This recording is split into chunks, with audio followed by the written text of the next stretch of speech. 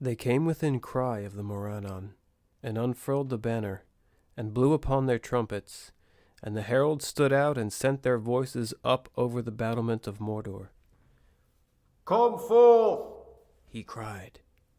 "Let the Lord of the Black Land come forth. Justice shall be done upon him, for wrongfully he has made war upon Gondor and wrested its lands. Therefore the king of Gondor demands that he should atone for his evils and depart then forever. Come forth." There was a long silence, and from wall and gate no cry or sound was heard in answer. But Sauron had already laid his plans, and he had a mind first to play these mice cruelly before he struck to kill. So it was that even as the captains were about to turn away, the silence was broken suddenly.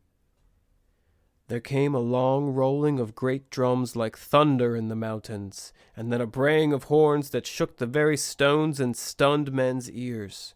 And thereupon the door of the Black Gate was thrown open with a great clang, and out of it there came an embassy from the Dark Tower. At its head there rode a tall and evil shape, mounted upon a black horse, if horse it was, for it was huge and hideous, and its face was a frightful mask, more like a skull than a living head, and in the socket of its eyes and in its nostrils there burned a flame. The rider was robed all in black, and black was his lofty helm.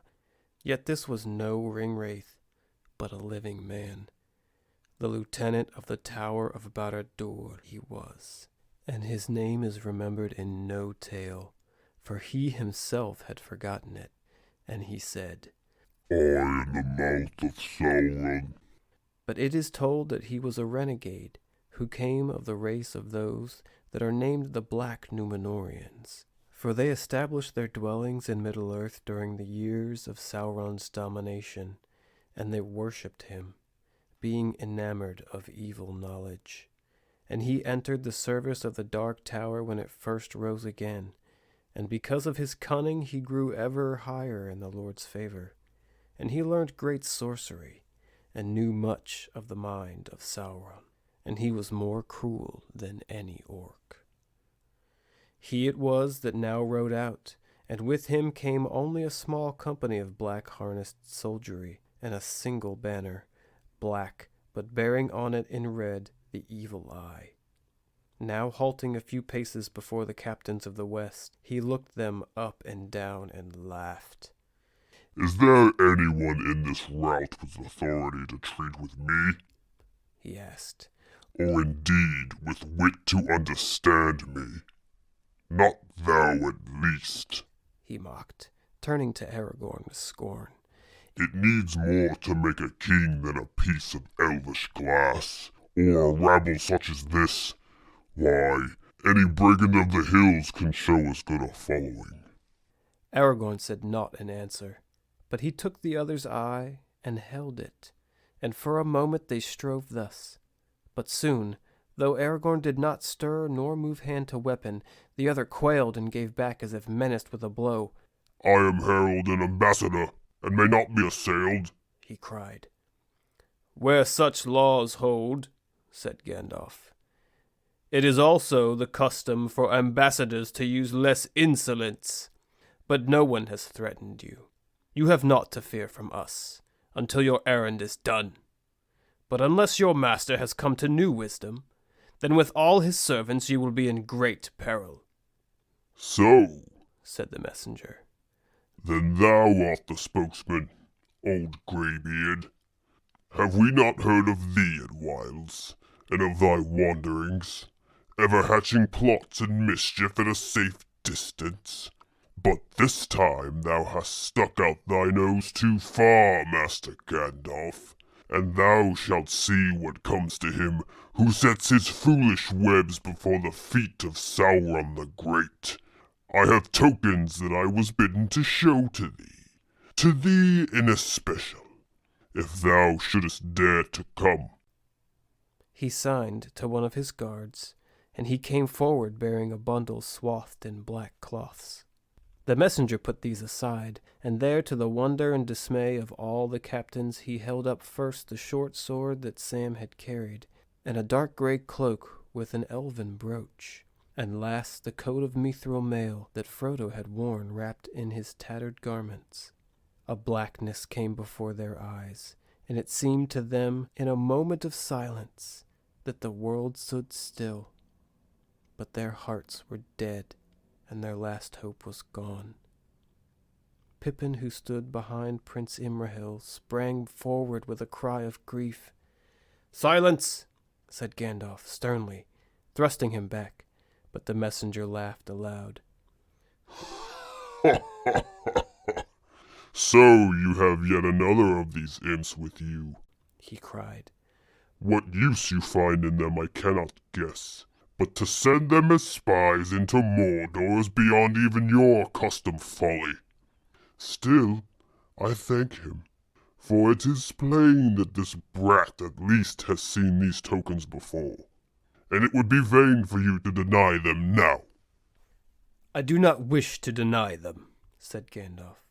"Indeed, I know them all, and all their history, and despite your scorn, foul mouth of Sauron, you cannot say as much.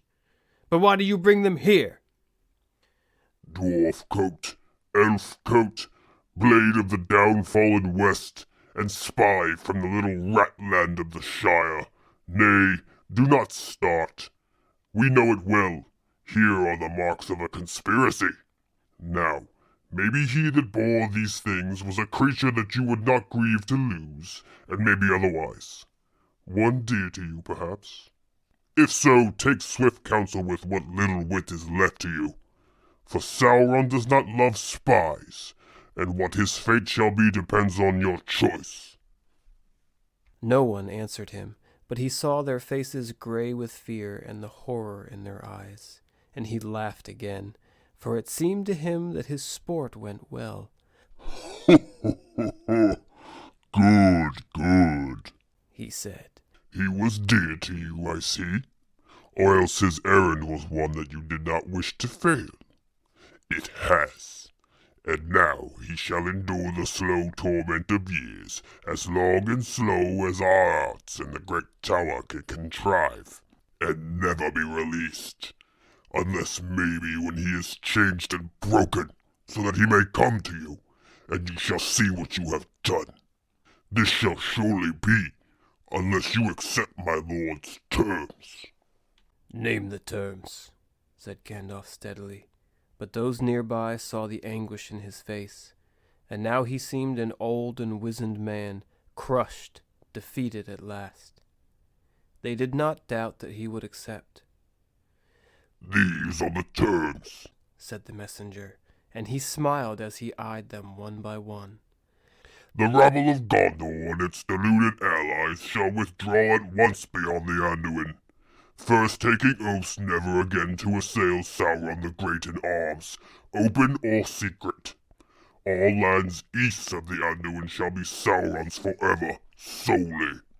West of the Anduin as far as the Misty Mountains and the Gap of Rohan shall be tributary to Sauron, and men there shall bear no weapons, but shall have leave to govern their own affairs.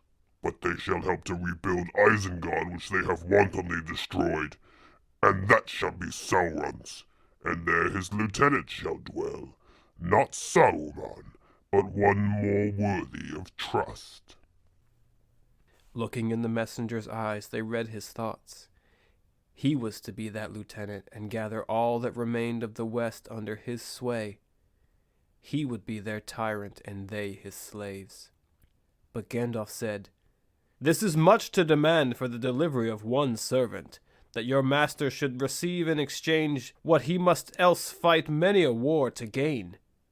Or has the field of Gondor destroyed his hope in war, so that he falls to haggling? And if indeed we rated this prisoner so high, what surety have we that Sauron, the base master of treachery, will keep his part? Where is this prisoner? Let him be brought forth and yielded to us, and then we will consider these demands." It seemed then to Gandalf, intent, watching him as a man engaged in fencing with a deadly foe, that for the taking of a breath the messenger was at a loss. Yet swiftly he laughed again. Ha ha! Do not bandy words in your insolence with the mouth of Sauron, he cried. Surety you crave, Sauron gives none. If you sue for his clemency, you must first do his bidding. These are his terms. Take them or leave them. These we will take, said Gandalf suddenly. He cast aside his cloak, and a white light shone forth like a sword in that black place.